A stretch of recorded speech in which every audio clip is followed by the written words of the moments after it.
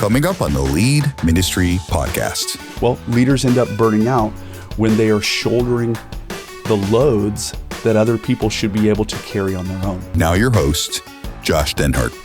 Hey, everybody. Welcome back to another episode of the Lead Ministry Podcast. Grateful that you've been here. This is now our 13th episode in this series about avoiding burnout. This particular episode is going to be a micro recap of all of the previous 12 podcasts. And so if there's anything that you find or discover on this particular podcast that is like, wow, that kind of piqued my interest, you can go back and you can find one of the episodes that we did a full 30 minutes or more on that particular topic. Well, grateful that you're here, Bill. This has been good for us. There have been a lot of kind of like when somebody teaches a Sunday school lesson and you're the greatest recipient, right? There have been some moments for the both of us that I think this has been insightful.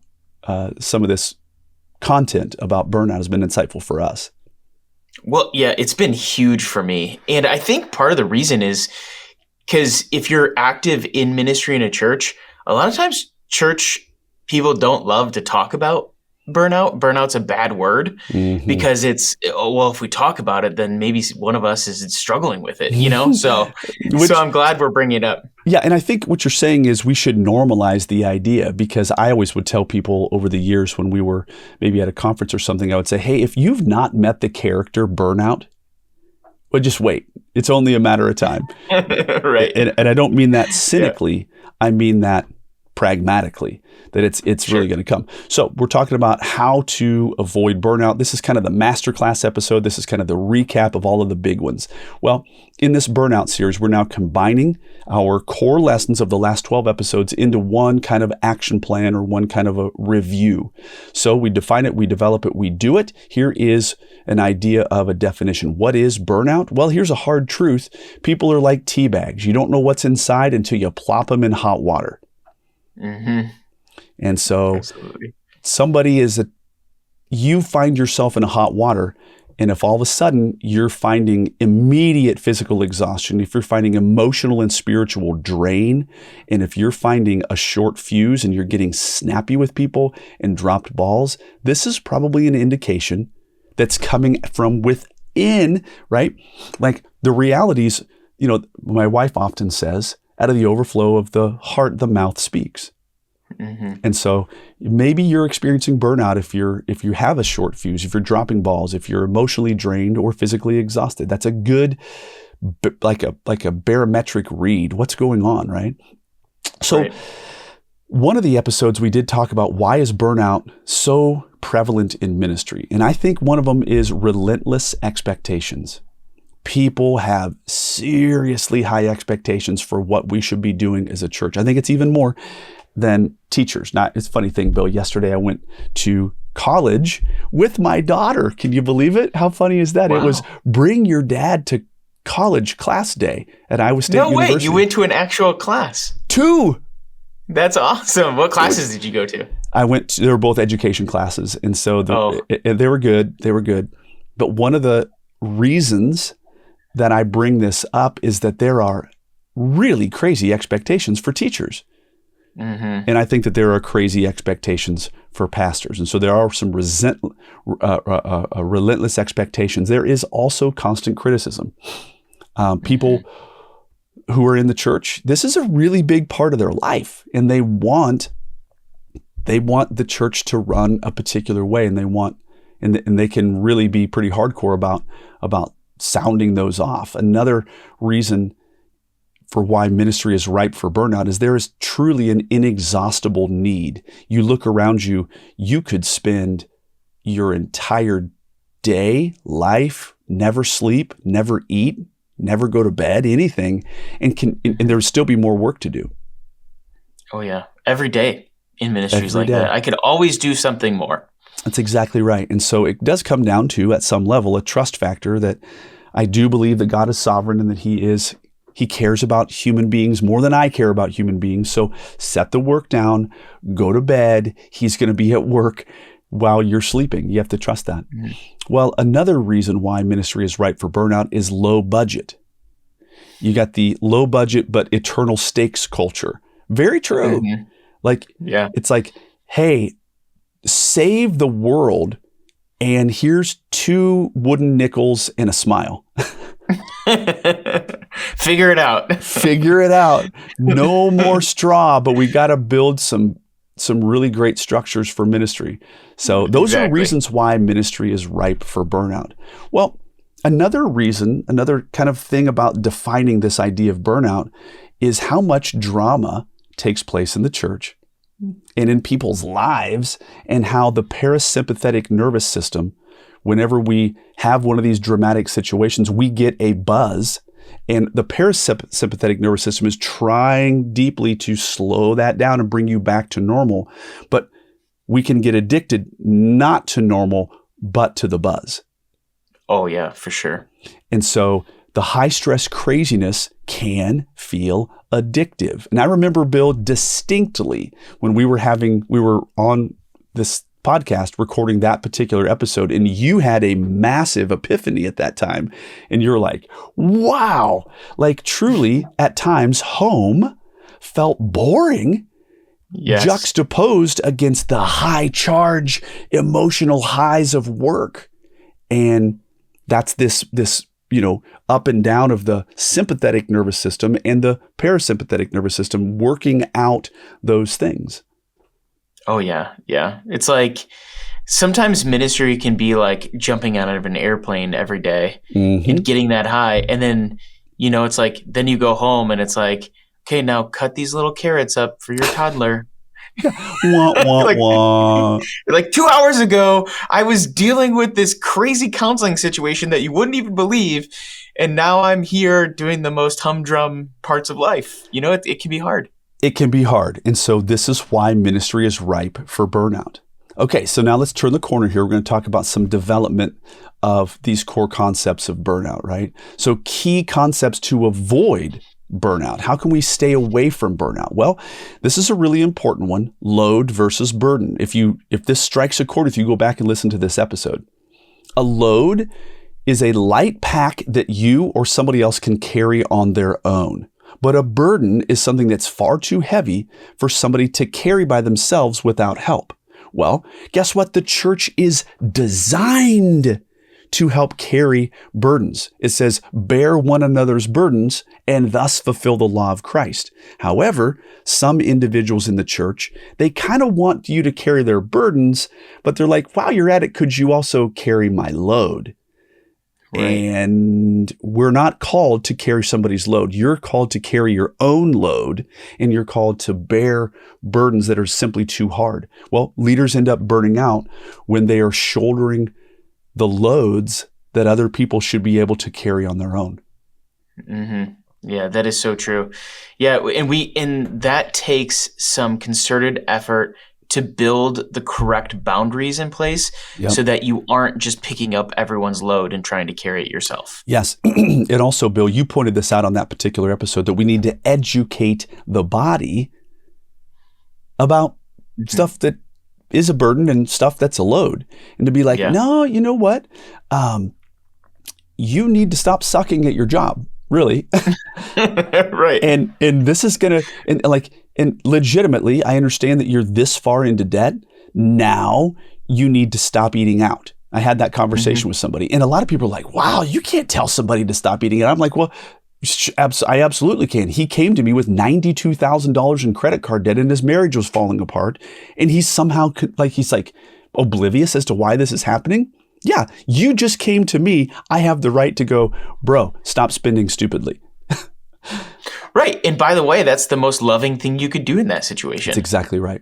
The most hateful thing you could do is tell him to keep going in the direction he's going. Yeah, that's exactly right. But the thing is that we as leaders, we need to understand personally the difference between a load and a burden, and then only expect the church to carry burdens. In addition, you brought this up on that particular podcast.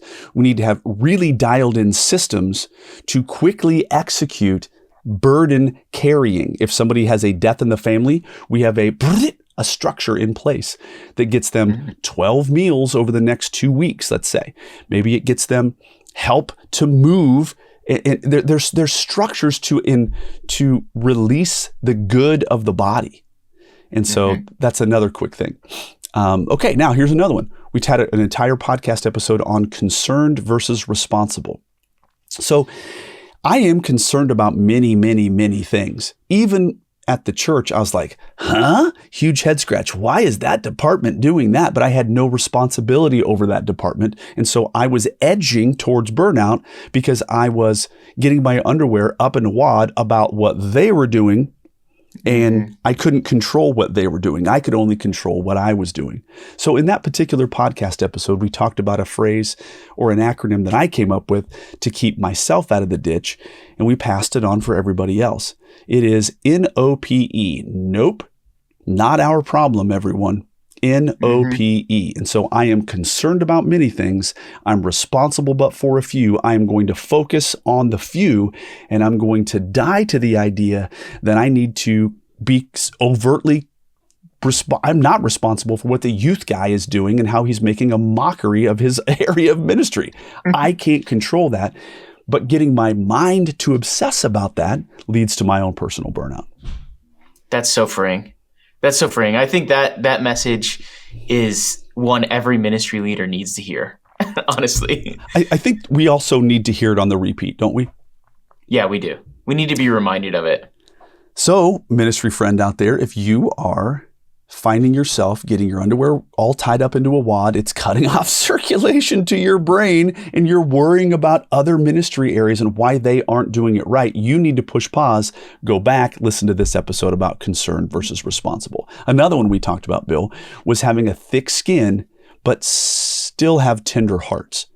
You want to talk about this one, buddy? Yeah, absolutely. So we need to be people who are really hard to offend, but we're quick to love, because we can get in ministry, we really can get jaded. We can get jaded by people, tearing us down, criticism, all of the things. And it can be, we can get to the point where we're easy to offend, and that can't be us in ministry. We really have to develop that thick skin. And we need to be quick to love people. When we have hard hearts, and we don't have a thick skin, essentially, we have thin skin, that is what leads to burnout. It does. And part of the reason that we need thick skin is because we need to have calluses in the right place. Okay. So I've been lifting weights a little bit, nothing extreme. Don't get yourself in an uproar here. I'm not looking to be Hercules. I'm just looking to do a little bit of movement, but I'm getting these blisters on my hands where I'm grabbing the weight bar. Okay. That's fine. Well, that is actually protecting what's inside. Right. And so if I have thick skin, I have calluses in the appropriate place. I'm not taking offense at every single thing. I can retain a soft and tender heart. What I don't want is to have thin skin and everything goes through and starts to callous my heart. Yeah. Oh, that's so good. The scriptures speak to calloused hearts. And so we need to have a thick skin to be like, interesting. People are people. I'm sure they're having a sucky day. I shouldn't take that too personally. Yeah, absolutely. Interesting. Wow. So and they just blew up on me. That's out of character for them. Let's move on. Right. Absolutely. Like, it's kind of saying, like, I tell myself this often, is like, you in any organization, it doesn't matter if it's the church, it doesn't matter if it's a business, it doesn't matter if it's customers, it doesn't matter what it is. There are going to be at least 10% of people in that organization who don't like what you do, no matter what you do. Guaranteed. And so having thick skin is reminding yourself there's always going to be somebody who is displeased with what you're doing, but you still need to love them. Yes. And here's the deal. Like, a guaranteed opportunity for failure is to seek to please everybody.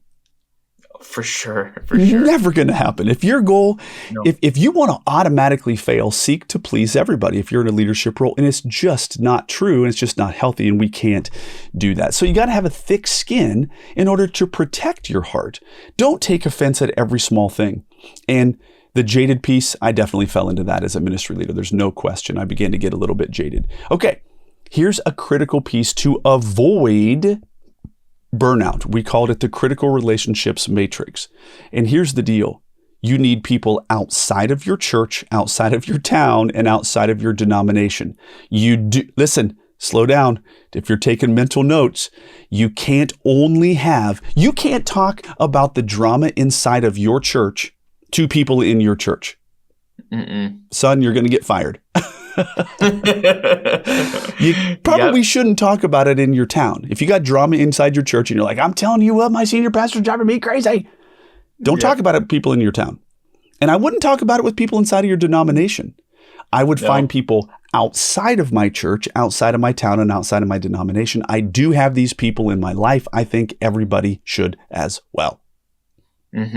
Absolutely. In addition, you got to have critical relationships that are outside, but you need those people who are outside of your church, outside of your town, outside of your denomination. There are ways that they should be inside. They should be inside of your niche or your niche, which is like they are, maybe if you're a communications pastor on staff, maybe they should be in the communication department at their church. Maybe they should be in a similar sized church. Maybe they should be people that you're super comfortable, like letting your hair down, having an honest, real conversation about who you truly are. So they need to be outside of your church, your town, and your denomination, but they need to be like, they need to understand your unique world. Be at a similar sized church because there's similar problems at similar sized churches, and you need to be comfortable with them. So find some people. Am I right, Bill? I like what you said about this when we did this episode, which was, this is what conferences are really good for. This can be a great place to meet those people, because it can be hard to make those connections, but they're so important. That's why we call them critical relationships. And so you have to be intentional when you go to like a conference to build those relationships, to do that networking. That's exactly right. You need to build a safe support web around you. And friends, don't have it be somebody who's in your small group that you're belly aching about your church. Don't go there. Okay, another way to avoid burnout. Okay, here's the deal. Listen carefully. What we're getting ready to share with you are 6 wellness. We call this the 6 S's. This is the wellness stack. And here's what we want to tell you. What we're getting ready to share, 74% boost over medication for anxiety and depression. So all of a sudden, like, this is so ubiquitous. And by the way, I have taken anxiety medicine before. I have taken depression medicine before. I'm not opposed to these things at all. And I don't take them right now, but I did for a season. And I started taking them at my church because I was getting beat up and it was really, really, really hard. But here's what I want to say. There are 6 things that have a 74% better outcome than medicine, though I'm not opposed to medicine. And here they are. The 6 S's. Get out there and get some sun. You need to get social. You need to sweat. What does sweat mean? Go exercise. Get on your bike, right? I did a 9-mile bike ride yesterday. I'm going to go lift weights as soon as this podcast is over. Okay. So you got to get out and get some sun. Get some friends and some social. Get some sweat. Number 4 is sustenance. Here's a great thing. Are you eating crappy food? Like, let's just push pause there for half a minute. Like, are you eating crappy food? If you're eating crappy food, that is going to lead to crap results in your life. So true. Here's a great thing. If you couldn't find it 200 years ago, maybe don't eat it. Right, exactly. Could you find a plump chicken breast 200 years ago? Yes, Josh, I could. Fantastic. Eat that. Could you find Reese's Pieces? Could you find a ho-ho 200 years ago? No. What my wife said recently is if it has a mom, or if you can pull it out of the ground, eat those things. Yes. I love that. I love the simplicity of that. Yeah. That's and great. So like in the last couple of weeks, I've legitimately been thinking about this, that I'm like, I don't want to eat that. That has no basis in normalcy. That is a weird thing. I'm not going to eat that. I couldn't have found that 200 years ago. I'm done. Okay. Yeah. I'm not going to get psycho about it, but I am going to think about that. Another one. So we've got sun, number 1. 2, get social. Find some people. Number 3, sweat, get some movement. 4, sustenance, quit eating crappy food. Number 5, how do you stay out of the ditch? Get a good night's sleep. Right? I get it. I've got teens. Oh, my soul. Yes, I want to connect with them, but good gracious, could you go to bed? You're keeping your old man up here. I know. That is a real struggle, like legitimately. Like the people who have kids who are under 7, it's like, bro, savor the idea that they go to bed at 7:45 and that's late. Right. Yeah. Because my teens are up and they're like, hey, kind of want to shoot the breeze about this really hard thing in my life. I'm like, bro, it is 11:45 p.m. I know. My son will come up. His room is in the basement. He'll come up at like 10:30, 11 o'clock, and he'll be like, I'm so hungry. And he'll like start making a full meal. Me and too. then he like, it's my kid. He wants to sit down and talk. And I'm like, come on, man. Like, first of all, if I ate a meal right now, I would not sleep well all night long. And secondly, why are you dumping this on me now? I asked you in the car how your day was. That's exactly right, dude. That's exactly right. Oh, my word. It's such a good case of the true normals. Hey, if you got little kids, man, change your clocks. And it's 6:45 right. And make it look like it's 7:45. You can't get away with that with big kids.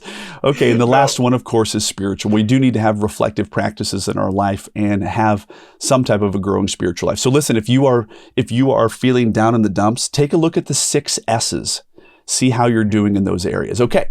Also, we talked just a second ago about getting rest, about getting sleep. Well, rest is not a bad word. We had an entire episode on this. Rest is a gift from God. It's not a punitive timeout. You need to find small pockets of rest.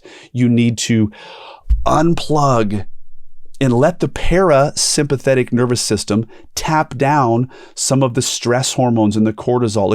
If you're living on full tilt, go, and you've got like cortisol, the stress hormone on tap, and it's like wide open and the spigot is open, just gushing cortisol into your body, that's not healthy. Cortisol is a great thing for small bursts of when you're super stressed to conquer things and to be an overcomer. But if you're like on full tilt all the time, stress and cortisol's peaking out, that is horrifically dangerous for your body. Start small, but find practical ways to rest. Okay, we talked about this. We called this the dead horse warning signs. You know what a dead horse is, right, Bill? That thing that a lot of churches are still riding, hoping that it somehow miraculously rises from the dead like Jesus did. Yeah. And in the meantime, it's actually just like laying there half rotten in the corner, flies going around it, smells really bad. And yet we're all still doing it because Judy started it 20 years ago. That's and we can't not do it. That's exactly right. So it's called the dead horse syndrome. Watch this. You're continuing to throw resources into something or at something and nothing is changing. Another symptom or a sign is that we've come this far. We can't give up now. Yes, you can give up. Yes, you can throw in the towel. And yes, you can get off of a dead horse. You look weird sitting on a dead horse, friend. Next one, exhaustion more than energized. You are feeling more exhausted as you are trying to revive a dead program than you are feeling energized. And so, I get it. It is very hard, Bill. I had a senior leader who you had to be very cautious about down talking or bringing, let's say we talk it down talking, to bring reality and to shed light on something that wasn't working. That was almost heretical at our church. Right. Oh. So then everything becomes a sacred cow. Oh, that's exactly right. Unless they finally decided that they wanted to kill it. But if all of a sudden somebody was like, hey, dude, could we talk about whether this is successful? That was viewed as, honestly, as kind of a heretical, almost mutiny. Like, are you even on our team? And it's like, yeah, I'm on the team and I'm seeing things and I'm an intelligent human. Can we talk about this? So I get it that it's difficult, but if you're riding a dead horse, that is a recipe for burnout. Well, let's turn the corner as we kind of close out. How to strategically avoid burnout. So get yourself a 3-step action plan. Maybe you need to name your top red flag, the thing that's like dogging you out the most. Maybe it's a dead horse thing. Maybe it's you're addicted to the drama at your church. Maybe it's load creep, like your load just keeps getting bigger and you've never been able to address and get it off of you. Maybe name that. A second step in this action plan for yourself is pick one counter practice. Like, don't try to do them all, but whether it's the 6 S's and focus on that for a couple of weeks. Maybe it's finding a pocket of rest and legitimately not having your phone. And by the way, I am coaching a guy right now who we have had to put together strategies to tell his senior pastor in a nice way that you can't get a hold of me. And I want to let you know ahead of time, I'm not going to respond when you get a hold of me during these hours. And so feel free if you want to offload all of your thoughts, but I'm not responding. And so don't take offense at that. So you got to come up with some strategies, right? So one of these counter practices, the 6 S's, finding some rest, NOPE, putting a hard line in to go, I'm not responsible, so die to it, and building relationships, but also schedule something and tell a friend. So this is a remedy for burnout. Another one, system-wide, like checks and balances, like build a rapid response at your church for true burdens, like a baby is born. And you have a system now that all of that is taken care of. Somebody dies at your church, a cascade of effects take place because you've built a system, which, by the way, go back in the chapter 6 of the book of Acts, they needed to build a better system. They were not serving the Hellenistic and the native Jews, widows. They were not doing a good job at that. And so as a result, they were having problems. Well, they needed a better system, and you do as well. Maybe another system-wide check is to educate people about what their burdens are, what their loads are, and literally say no. In addition, you maybe need to find a system or a strategy for offloading and exiting failing programs. Very difficult because typically somebody still loves that program. Don't care. It needs to be killed. Bottom line, another strategy for staying out of the ditch of burnout is to find some type of a Sabbath rest worksheet, right? So block off 24 hours within 7 days, no matter whether it's at 5 p.m. and then you go all the way around to the next day, 5 p.m., or whether it's 8 a.m. I'm taking it off, and then you're going to wait until 8 a.m. Just do a 24-hour block and try to go with some no screen time. Try to go on an evening walk. Probably have like a hobby hour. So something that's going to get you engaged in something other than ministry. Another one, detox, like your buzz detox. Okay, Bill, take it away on this one, buddy. Yeah. So how do you counteract this? Like, you're always wanting to get that ministry high stress buzz. Well, you got to lean in when you're home. When you're supposed to be down, you lean into that. You savor it. You take a moment when you're with your kids and say, wow, this is a moment that's just as important as the things that I'm doing for ministry. And then again, this kind of comes back around, but plan a weekly hobby, something that isn't high stress, but that you can actually engage deeply with. It could be gardening. It could be cooking. It could be hiking. It could be all sorts of different things. What actually brings you life and makes you feel alive outside of your ministry context? Yes. Spend time doing those things. Well, the funny thing is I had a guy who I wouldn't take too much life advice from, but this was a good piece of advice years ago when I was a teacher. And he said, hey, listen, I work hard, but I play hard. And so, he was a very successful teacher, but he went hardcore fishing. Like he had a bass fishing boat, and he was intense about it. And so he had something to counterbalance the intensity of his job.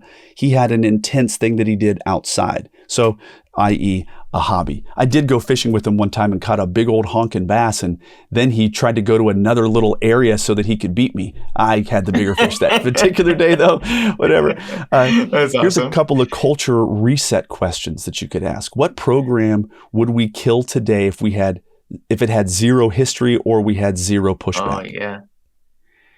And I'm not saying that you can, but at least you're thinking about it. What is the one thing that is really dogging us out? Or who else can we enlist before adding one more event? So those are just some culture reset questions, but a couple of key scriptures as we close out. Matthew 11, that's of course that classic passage, verse 28 to 30. It says, "My yoke is easy, my burden is light. Take up my yoke and learn from me." Another one is Galatians 6:2 and 6:5, talking about burdens and loads. Those are good verses. Another great one is out of Proverbs 19:11, to teaching us how to overlook offenses, keeping our hearts soft and our thin skin harder. We need thick skin and soft hearts. Well, here's a closing reality. Burnout is legitimately preventable, but it's only going to happen with intentional limits, and it's only going to happen with some life-giving rhythms. I need these things in my life. This has been a therapeutic 13-week podcast for me, Bill, and I know it has been for you as well. Definitely. Well, gang, this has been good. We're super, super, super grateful that you good folks have joined us, and we will catch you guys on the next one. Thank you again for joining us for this podcast series on burnout. We'll catch you on the next one. And that's a wrap for today's episode of Lead Ministry Podcast. Don't forget to subscribe and leave us a review. Make sure to follow us on Facebook and Instagram, and visit leadvolunteers.com for more episodes and resources. Thanks for listening.